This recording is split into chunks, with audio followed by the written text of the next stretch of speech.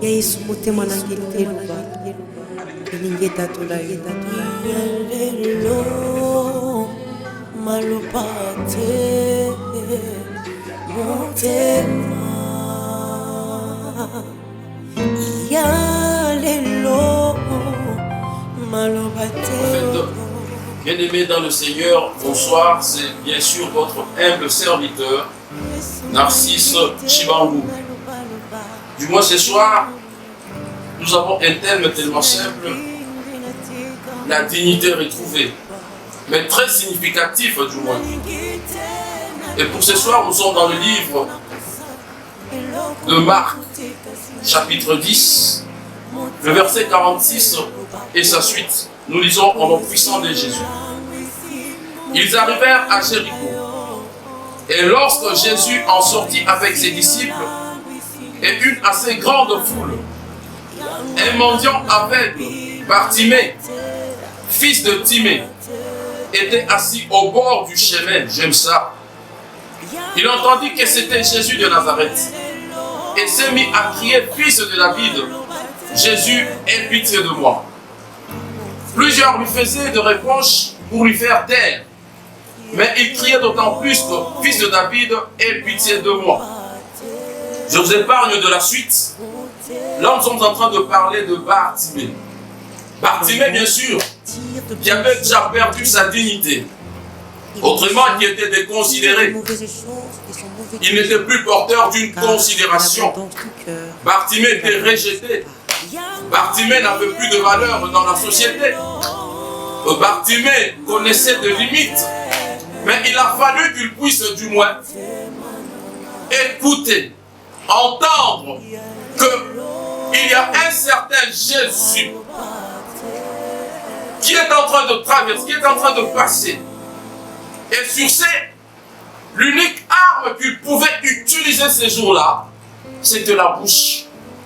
La seule voie autorisée qu'il avait en possession. Cet homme de Bartimée, de par la signification de son nom, Bartimée qui veut dire bien sûr fils de Timée. Fils de Timée. Timée qui veut dire quelqu'un qui est honoré dans une société. Quelqu'un qui est considéré.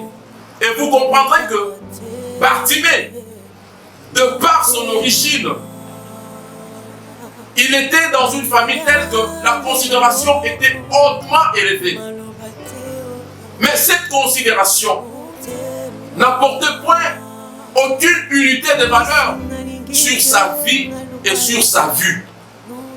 Il a fallu qu'il puisse se rencontrer, qu'il soit doté de cette capacité, qu'il soit doté de cette foi, qu'il soit doté de cette compréhension, qu'il y a un certain Jésus auprès de qui je dois crier, Rabouni. Rabouni qui veut dire maître. Il avait compris que Jésus-Christ étant le maître de temps et des circonstances. Donc la circonstance dans laquelle je suis assise, la circonstance dans laquelle je manque d'issue, voilà que cette circonstance, en termes beaucoup plus explicites, je peux dire que la circonstance dépendait beaucoup plus de Jésus. Jésus étant le maître, autrement, il était le donneur de leçons à la circonstance de Bartimée. Le temps qu'il a eu à consommer dans cette situation-là ne dépendait que du maître qui était Rabouni. Et Bartimée a compris cela, que un mois, et le temps, et les circonstances, nous avons tous un seul Rabouni. Nous avons tous un seul maître qui est Jésus-Christ de Nazareth. Mais c'est tellement simple et compréhensible. Nous savons qu'un maître est un donneur de leçons. Un maître est un commanditaire. Et je comprends à titre illustratif que Bartimée, pour lui, il s'est fait cette illustration. Que voilà que nous sommes dans une salle de classe. Et que moi, Bartimée, je suis un élu de Dieu. Donc j'ai beaucoup plus d'ascendance sur le temps et les circonstances. D'autant plus que nous tous, nous dépendons d'un seul maître. Mais moi qui suis beaucoup plus considéré, je suis capable d'influencer mon maître pour qu'une solution adéquate soit trouvée en ma faveur.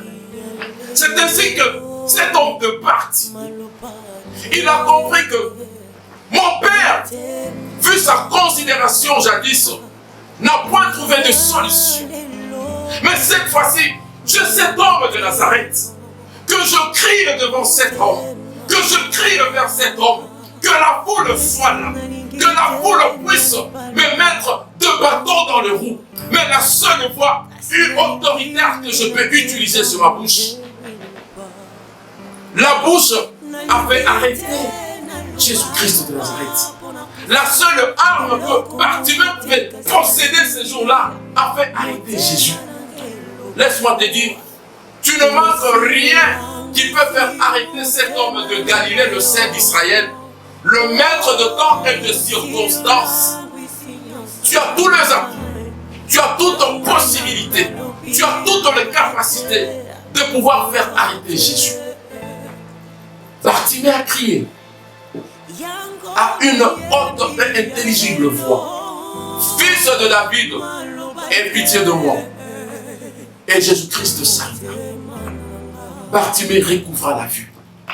Oh, cet homme qui était déconsidéré, il a laissé ce qui lui était aussi des valeurs sur lui. La Bible déclare qu'il a enlevé son manteau. Son manteau qui était porteur de son identité. Il était repéré par rapport à son manteau. Pauvre qu'il était aveugle, il n'avait point d'autre manteau. De loin, les gens pouvaient voir ce manteau et dire que celui-là, c'est Bartimée. Sa situation lui a attribué une identité. Il y a des situations dans lesquelles nous nous retrouvons. Laisse-moi te dire, tu es dans une situation qui t'a procuré une identité. Mais tu as cette amabilité, cette possibilité de crier vers Jésus-Christ de Nazareth, de crier vers Rabouni, qui est le maître de circonstances dans lesquelles tu te sens, alléluia, étranglé. Il est le maître de temps que tu as consommé en pleurant, en étant rejeté, en étant déconsidéré. Mais j'ai compris que cet homme de Bartimée avait compris que voilà que nous sommes dans une classe et nous possédons un seul maître. La Bible déclare: qui condamnera un élu de Dieu, car c'est Dieu qui les justifie. Bartimée avait compris que mon Jésus peut me justifier.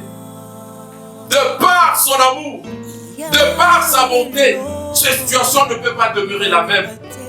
Il cria: oh, je considère que dans cette salle de classe, Bartimée était considéré comme le chef de classe. Et sur cette pouvait présenter une liste accusant le temps et les circonstances que ces éléments-ci ne me laissent pas tellement tranquille. Oh, mon maître, veux-tu bien trouver une solution? Laisse-moi te dire, un élu de Dieu est justifié par Dieu. Tu es un élu de Dieu. Et tu as été élu par le sang de Jésus. Tu es considéré par l'amour de Jésus. Et je le crois et je le confirme que quand tu rencontres Jésus, Jésus t'amène vers ta destinée. Cet homme de Bartimée, la Bible déclare qu'il était au bord du chemin. Mais Jésus l'a remis dans le chemin. Et en dépit de tout cela, il a suivi Jésus en plein chemin.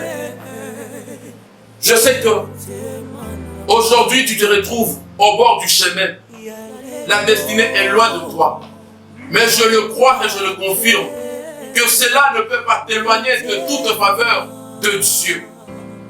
La déconsidération peut être des hommes, mais Jésus-Christ ne déconsidère jamais les hommes. La déconsidération peut être de ton environnement, mais Jésus-Christ ne déconsidère jamais les hommes. Jésus rend la considération à qui il veut.